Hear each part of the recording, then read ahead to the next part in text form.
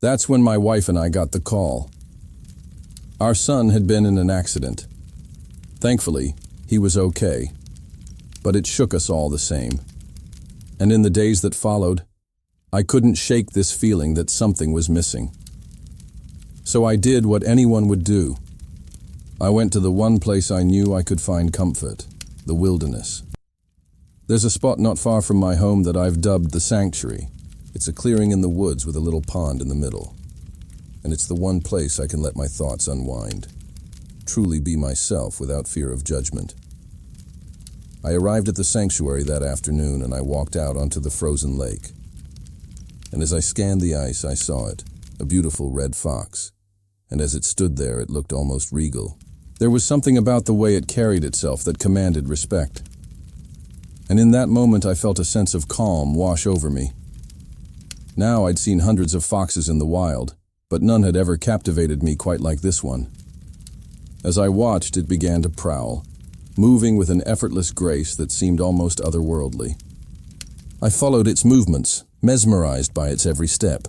And as the sun began to set, casting long shadows across the ice, I knew I had stumbled upon something truly special. This wasn't just a fox. It was a symbol of resilience, of adaptability, of strength. And as I made my way back to my truck that evening, I realized that my solitude, the very thing I'd relied on for so long, had become a crutch. I'd built my life in the image of that fortress, convinced that control meant safety.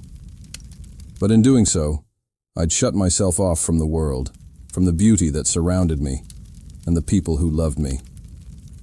Over the next few weeks, I returned to the sanctuary every chance I got. Each visit was a reminder of what I'd been missing, the serenity of the wilderness, and the strength I found in its solitude. But most importantly, it was a signpost pointing me back to myself. It nudged me to break down the walls I'd so carefully constructed, and to step back into the world, to reconnect with those who mattered most. You see, the truth is, we're not meant to be hermits, hiding away in our self-made fortresses.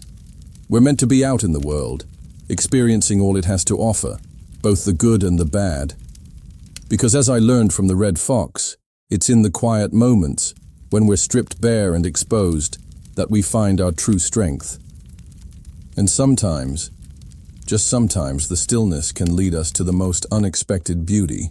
6 months later, I'm back in the city, back in our house, and I haven't seen or heard from Emily since she left last February. But today, a letter arrives. It's from the rental company. They want to know if I'd like to extend my stay at 56 Birch Hollow. The letterhead has a photo of the cabin. It looks like a Norman Rockwell painting, a slice of Americana, snow-covered porch, smoke curling from the chimney. What I remember most is the rocking chair on the porch swing. Every morning I'd watch the sunrise over the Blue Ridge Mountains from that porch swing. And I fell in love with the rhythm of the rocking chair, the way it moved in the breeze. And I started bringing Emily's letters back with me to the city. The first one is from May. She writes about her trip to Tulum, how beautiful the beaches are, how the ocean is so much better than the lake. We had season tickets to see the Lakers. She writes about missing me, about missing us. She doesn't say it, but I hear it between the lines. She's moving on. The next letter is from June. She's in Florence. She writes about gelato and art and long walks along the Arno. She sends photos of her and her new friend Marco. He's in every single one. By August, the letters stop. Today, October, I'm moving back into our house. Boxes are everywhere, stacks of photographs, furniture shrouded in dust covers. When I pull back the curtain in the bedroom, there's a single white rose on the pillow. I don't know if it's from Emily or the realtor or whoever's been keeping the house up, but I do know this. I'm not moving into an empty house. She's here with me. Her scent still lingers in the closet. Her toothbrush is in the bathroom. And when I sit down on the porch swing, I can almost hear the rocking of the chair in the breeze. When the doorbell rings, I go to the front door and open it. There's a box on the welcome mat. It's heavy. I pick it up. It's addressed to me, but there's no return address. I bring the box into the kitchen. Inside is a bottle of wine and a note. It says, "Drink this on me." On the bottom of the box, I find another note. It's from Emily. It says, "I'll be in touch soon." Then there's a PS.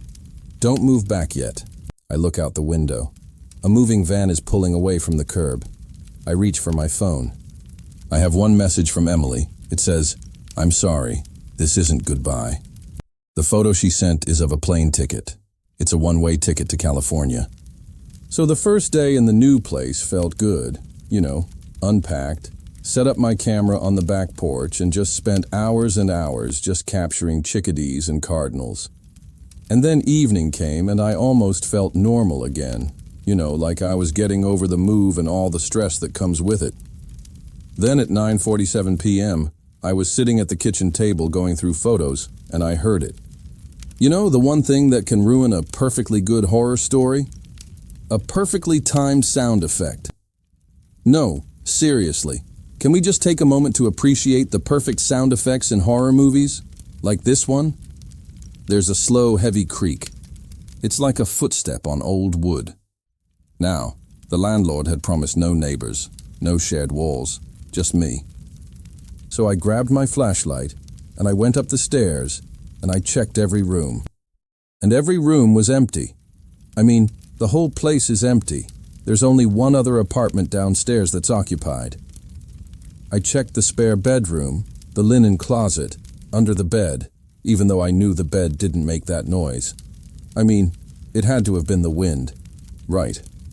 Because there's a perfectly reasonable explanation for everything. I locked my bedroom door that night anyway.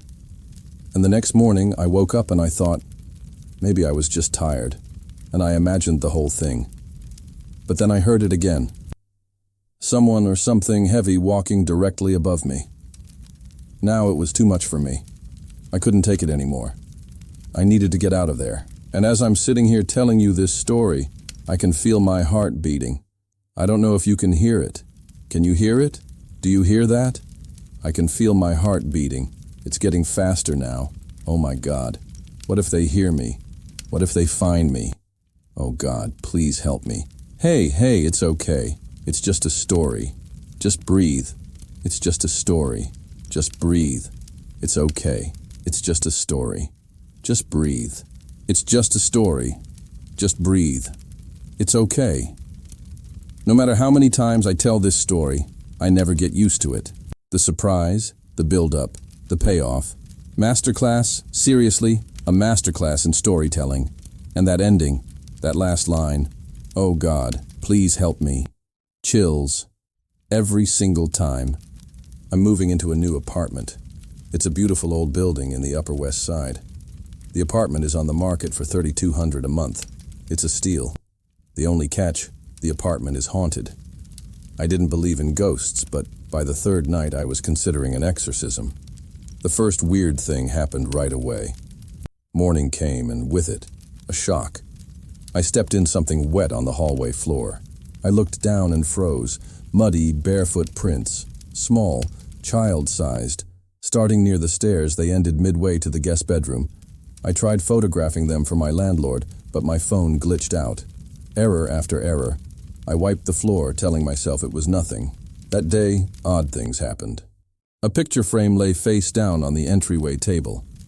I had hung it that morning, then my tripod. I use it for vlogging. It was leaning against the wall in the corner. It had moved. 3 feet toward the hall, I laughed, chalked it up to a draft. But later I found a glass, washed and set neatly on the rack by the sink. I hadn't touched it. By the third night, my excuses were gone. I was home alone, or so I thought. I heard footsteps pacing back and forth.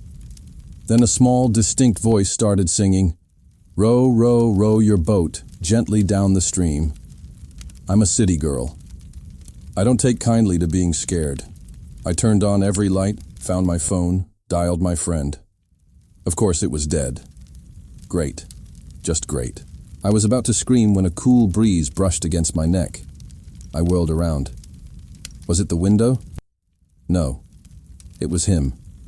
A little boy in a Victorian nightgown. He stood there staring at me. I stared back. Then he was gone. I spent the next morning researching. Apparently, the apartment was part of a larger estate. A family of 5 had lived here in the early 1900s. The father, a wealthy banker, the mother, a socialite, and their 3 young children. The kids had died, 2 of them in a fire. The mother, so distraught, jumped out the window. Now, apparently, the apartment hadn't been used since, and I was the first person to sleep in it in over 100 years. I have a theory about what happened here. Maybe it's just a draft. Maybe. But if you want to see what happens next, follow for more. A winter storm was pounding the house. The wind howled like a hungry wolf, and the rain seemed to claw at the windows. Inside, I was curled up on the couch watching TV, trying to ignore the storm and the incessant tapping from the guest bedroom. It was a rhythmic, deliberate sound, like someone was sitting there tapping out a message in Morse code. I told myself it was just the wind. But then I noticed something. The tapping stopped whenever the wind died down. Then it started again when the wind picked up. It was almost as if whatever was out there was trying to get my attention. I edged down the hall toward the guest room, my flashlight trembling in my hand. The room was empty. The window was secure. No one was there. Relief started to wash over me, but it was short-lived. Because as I turned toward the mirror, I saw her standing in the doorway. Her skin was as white as snow, her eyes wide and dark. I whipped around to look down the hall again, but there was no one there. I backed away from the mirror, my heart pounding in my chest. Then I heard a voice, soft and sweet, like honey. "Are you going to stand there and stare at that empty room all night, or are you going to come and join me?" I didn't see anyone, but I could feel eyes on me, burning into me. I turned back to the mirror, but this time I wasn't the only one who stood in that doorway. Another figure appeared beside the girl, his face pale and drawn, his eyes hollow. He reached out a hand toward me, and for a moment our eyes met. I screamed and dropped my flashlight. It shattered on the hardwood floor, and I stumbled back, knocking over a chair. The figures in the mirror seemed to mock me, their faces twisted into cruel smiles. I don't remember much after that. I think I fainted. When I came to, I was on the floor, curled up in a ball. The room was dark, but I could hear the whispers now. They were coming from the walls, from the floor, from everywhere around me. "Join us," they hissed. "Join us," they whispered. "Join us." The storm outside had reached a fever pitch. Lightning flashed, illuminating the room. I saw the empty bed, the open closet, the window with its torn curtains, and in the corner, I saw my flashlight, its light still shining, even though the batteries were dead. And then I heard the tapping again, gentle and rhythmic, like a lullaby. I wanted to scream, but no sound came out. I wanted to run, but my legs felt like lead. All I could do was watch as the figures in the mirror approached me, their eyes burning into mine, their smiles growing wider and wider. And I knew, with a certainty that chilled me to the bone, that whatever was out there in the storm had found its way inside.